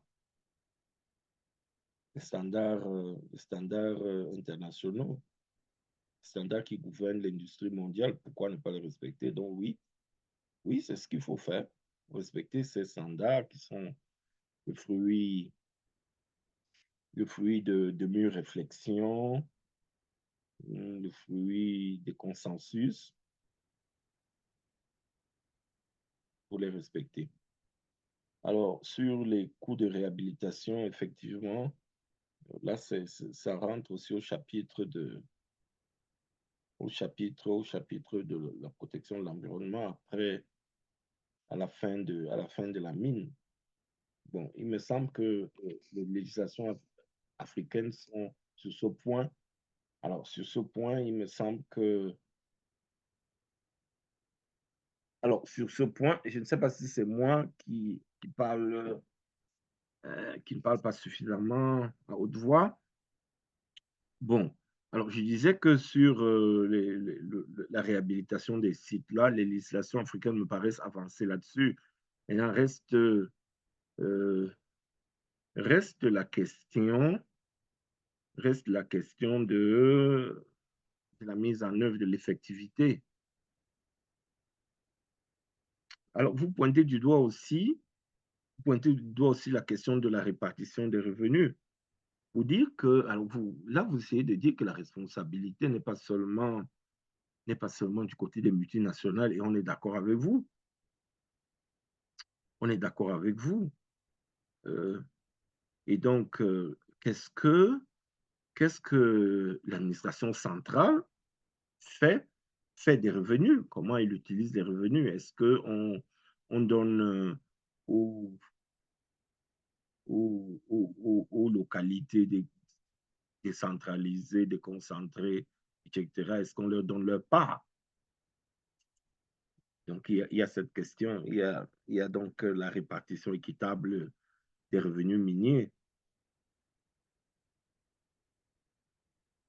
Donc, poser le problème de la gouvernance, les problèmes de gouvernance qui se posent. Et puis ça nous rappelle l'étude sur les pays, l'étude de l'OCDE sur les pays en déficit de gouvernance.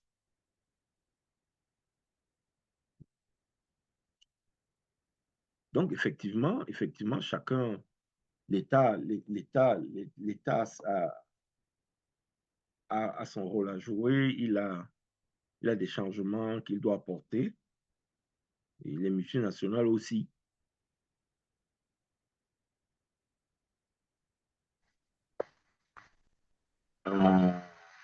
Bonsoir, docteur. Bonjour. Est-ce que Oui, je maître. peux intervenir? Bien sûr Bonjour, que docteur. oui. Merci déjà pour l'exposé, le brillant exposé. Ça nous a vraiment édifié. Mais je reste assez dubitatif sur l'efficacité de cette RSE telle qu'elle est articulée aujourd'hui.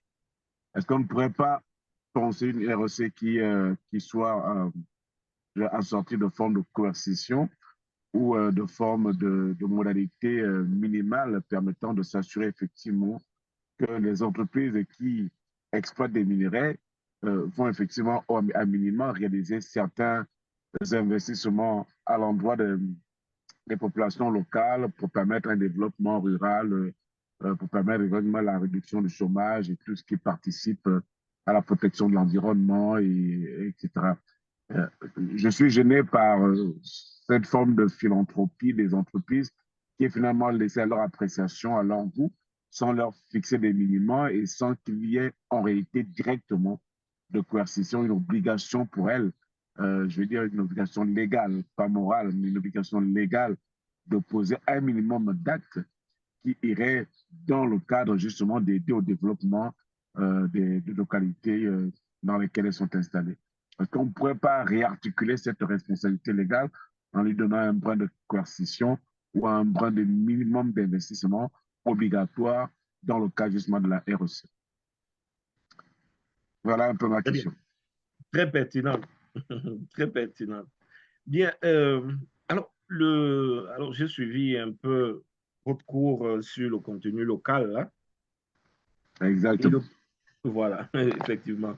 Et le prof disait que la différence entre le contenu local et la RSE, c'était que le contenu local est contraignant et que la RSE, la principale différence selon lui, est que la RSE était volontaire. Voyez-vous? Okay. Alors, donc, si on amène la contrainte que vous voulez là, que vous demandez là, si on inclut la contrainte, on tombe tout de suite au contenu local. Selon la définition, vraiment selon la définition du prof. Bon, ça c'est, alors, disons que c'est au niveau de la terminologie. Maintenant, et je suis parfaitement d'accord avec vous. Parce que lorsque nous parlons, lorsque nous débattions de l'efficacité de la RSE, justement, question de l'efficacité de la RSE, comme vous le dites, l'efficacité est compromise, elle est compromise par le bon vouloir. Tout à fait. Elle est compromise par le bon vouloir,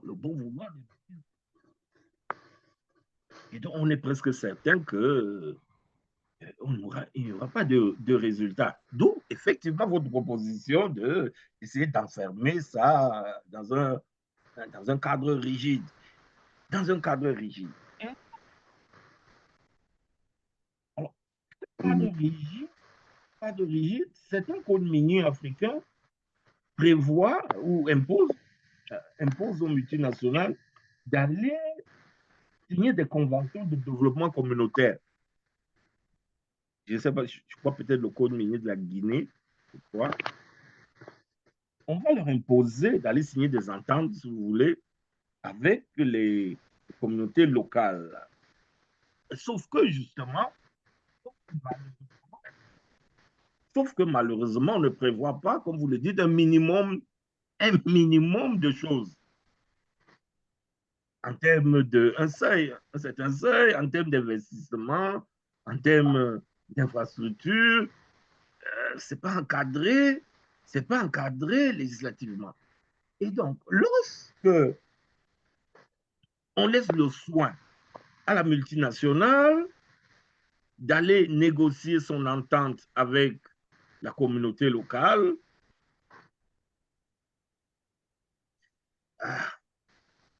et donc, malheureusement, parce que souvent ce sont nos grands-pères qui sont au village là, il suffira de lui donner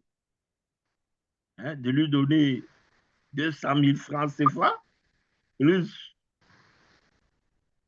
quelques whisky, plus je ne sais pas quoi. Tout à fait. Vous voyez?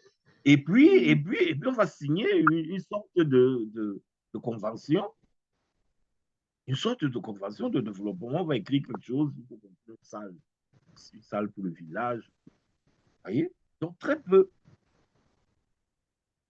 Donc, et puis, résultat des courses, on a une convention signée avec la multinationale, mais où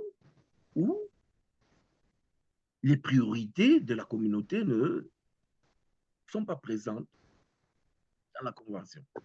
Et donc, la question, l'objectif de contribution au développement durable n'est pas atteint.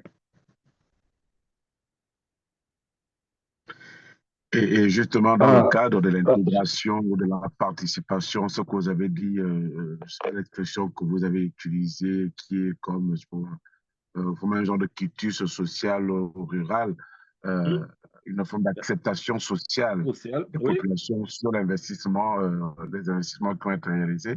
Je pense que dans le contenu local, on aurait pu, ou on pourrait imaginer comme ça, une forme voilà, de concertation entre justement l'entreprise multinationale et les populations qui vont être directement impactées sur le minimum d'investissement, le minimum de réalisation dont elles ont besoin effectivement pour voir leurs conditions de vie améliorées. On pourrait imaginer la construction peut-être de routes, ou bien d'une école, ou bien la construction d'un dispensaire dans la zone, mais qui serait le fruit je veux dire, d'un consensus entre l'entreprise multinationale et l'investisseur et les populations rurales exactement sur leurs besoins réels, urgents de développement dans le cadre de leur localité. Or là, on est quand même dans une forme de, je veux dire, on a d'un côté, nous avons le contenu local qui n'est pas limité, je veux dire, dans le temps, qui astreint, c'est vrai, l'entreprise multinationale à intégrer certains aspects locaux, euh, mais je n'ai pas, dans le cas de la RSE, qui pour moi est plus rapide, à mon sens, serait plus efficace si on arrivait à faire en sorte que peut-être pas une forme de coercition immédiatement financière, mais une forme au moins d'obligation légale. Même si souvent les obligations chez nous en droit légal s'accompagnent de coercition, mais une forme d'obligation sous un contrat qui la lierait aux populations locales à réaliser dans un délai convenu un certain nombre d'investissements qui iraient dans le développement, dans le cadre d'améliorer les conditions de vie des populations locales. Je pense que la RSE telle qu'elle est conceptualisée aujourd'hui me paraît une notion inefficace parce que, bah, écoutez, on a deux notions qui, qui vont exactement dans le même sens, le contenu local et la RSE. Sauf que l'une a un petit côté obligatoire et l'autre est totalement, je veux dire, du libre fait de l'entreprise. Et ça me gêne un peu cette façon de faire. Je ne sais pas ce qu'en pensent mes collègues, mais pour la petite expérience que j'ai pour fréquenter certaines régions où il y a effectivement des entreprises minières, des entreprises pétrolières, je ne vois pas beaucoup d'ouvrages de développement qui seraient le fruit d'une concertation, d'une véritable volonté entre les populations qui exprimeraient ou qui auraient exprimé des besoins précis, clairs sur leurs conditions de vie et des entreprises qui décident comme ça parfois de faire très souvent des investissements pas immédiatement, je veux dire, pas immédiatement nécessaires ou urgentes pour les gens, pour les populations. C'est juste pour montrer qu'on a fait, on a posé un acte, mais qui en réalité n'impacte pas véritablement socialement les populations locales. Et donc, à ce niveau, le contenu local me paraît plus efficace, même s'il est plus long, plus lent, me paraît plus efficace que la RSE, beaucoup plus efficace. C'est définitivement clair. Excusez-moi, professeur. Oui, Maître Rolo, allez-y. Oui, j'ai suivi les brillantes interventions de mes différents disciples dans la classe et je vous remercie également pour le brillant exposé que vous venez de faire tantôt. Mais dans tout ça, je vois, quand il faut faire les analyses entre la RC et puis les contenus locaux, peu importe la différence dans le sens où l'un est un peu contraignant et l'autre ne l'est pas. Donc sa contraignance est au niveau moral. Mais je sens que dans tout ça, euh, l'inefficacité dans l'un comme dans l'autre est démontrée épatant, d'autant plus que dans la conclusion de ces contrats miniers, parfois pétroliers, gaziers, la population riveraine reste un acteur passif. Alors que si et seulement si cette population riveraine ou la communauté locale était un acteur actif comme l'État, comme les multinationales, je pense que il ou elle, quand il s'agit de la communauté riveraine, communauté locale, imposerait également en fait l'applicabilité de ces droits. Donc moi, à mon niveau, je sens que il se pose un problème là-dessus. Dans le contenu local, nous avons vu effectivement qu'il y a une certaine, un certain caractère contraignant, mais dans l'applicabilité, dans la mise en œuvre du contenu local, on sent que cette communauté riveraine ou locale n'en bénéficie de rien, on n'en profite pas à ces règles, tout à fait parce que elle est un acteur passif. Donc la solution pour moi serait à ce que l'on puisse inclure cette troisième partie dans les négociations, dans la conclusion des deux contrats. Voilà ma contribution. Voilà. On ne peut être qu'absolument d'accord, hein, parce que, voyez-vous, il est difficile, je vous assure que il est difficile qu'on négocie vos intérêts en votre absence. Bien sûr. Donc, justement, l'idée pour moi de. Voilà, j'espère que Maître Bonguin me suit et les autres sur justement les initiatives qu'on pourrait prendre. Envisager une idée comme un pacte RSE entre les populations directement impactées et les sociétés multinationales, un pacte qui impliquerait pas directement l'État, mais les populations avec leurs responsables, cantons ou villages, je ne sais pas, mais qui les impliquerait directement avec l'entreprise sur les conditions de la RSE, les modalités de cette RSE, je veux dire l'applicabilité, les délais d'exécution, les investissements minimaux à réaliser pour permettre justement l'effectivité et l'efficacité surtout de la RSE dans le cadre justement d'aider de façon effective, de façon réelle et visible au développement des communautés rurales. Je pense que sans un tel document engageant, la RSE va demeurer une belle utopie sans aucune efficacité et qui restera toujours, je dis, à la simple appréciation des entreprises. Et n'oubliez pas qu'une entreprise ne vient pas d'abord pour dépenser beaucoup d'argent, elle vient pour s'en faire au maximum. Et donc, elle va limiter ses investissements dans le cadre de la RSE pour dépenser le moins d'argent possible. Voilà. Maître Béranger, je vous suis parfaitement. À cela, j'ajouterais que merci, cher confrère.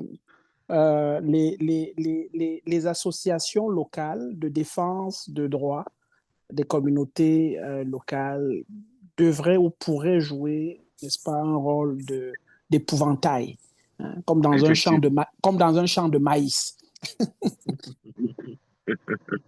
Voilà. Voilà, donc je m'arrête d'abord là. Tout à fait. Voilà. Oui, je partage justement cette belle idée et puis je pense qu'on pourra envisager quelque chose de ce type-là. Docteur, j'aime les principes efficaces, hein, j'aime les principes qui impactent de façon visible, concrète la vie des gens. Et si on a des principes qui sont pour moi plus intellectuels que efficaces sur le terrain, c'est pour moi des principes qui après vont forcément changer parce qu'on aura tous constaté leur inefficacité. Attends, je pense même que le contenu local vient justement pour justement altérer ou bien corriger l'inefficacité voilà, de la REC. Je pense. Mais bon. Oui.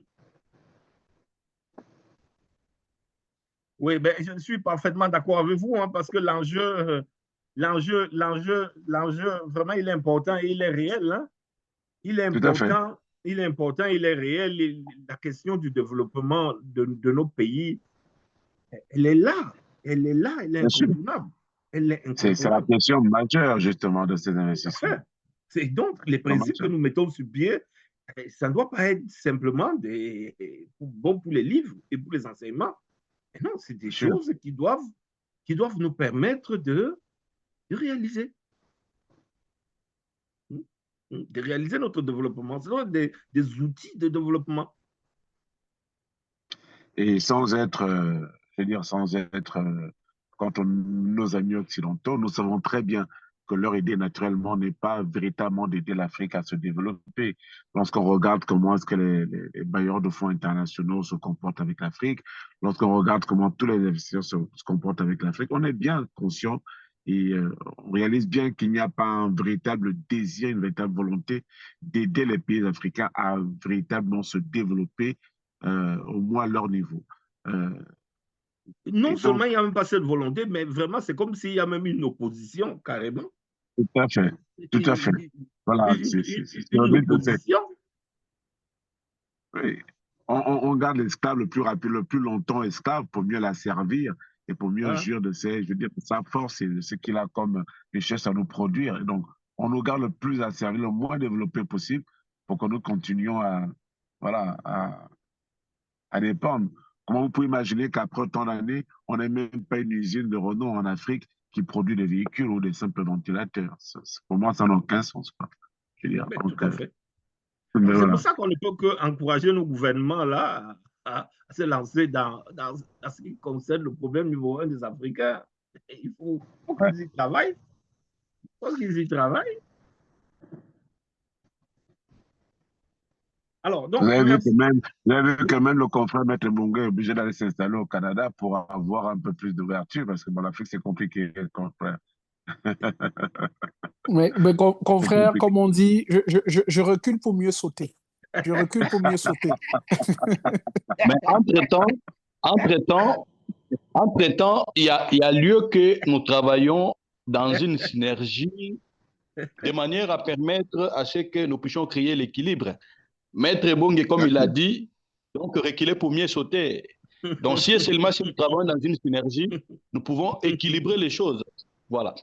Oui, oui. C'est que nous, on est la réflexion. Il faut que les décideurs puissent effectivement écouter la réflexion et prendre des bonnes décisions. Malheureusement, on est encore loin de tout cela. On est encore très, très loin, je vous assure. On est encore très loin. Je veux dire, on n'a malheureusement pas encore des décideurs suffisamment éclairés. Il faut que la lumière arrive progressivement. Je pense que le soleil se lève à peine chez eux. Donc, c'est compliqué. C'est très compliqué. Mais bon. Oui, vous avez raison, cher confrère. Vous avez raison. D'accord. Alors, vraiment, merci beaucoup pour la belle discussion, la belle séance. Et demain, on va attaquer quelque chose qui me paraît aussi quand même intéressant. C'est alors sur les principes directeurs entre le business et les droits de l'homme. C'est intéressant, ça. Ça me paraît intéressant. Je serai là demain pour ça. Ben oui. OK. À demain. Merci la classe. Même heure. Merci. Bonne Merci soirée à vous. Merci. Salut. À demain. Demain. À demain. Merci beaucoup, cher professeur. Merci beaucoup. À demain, Inch'Allah. Merci, docteur. Bien, je tout ça. Portez-vous bien. À demain.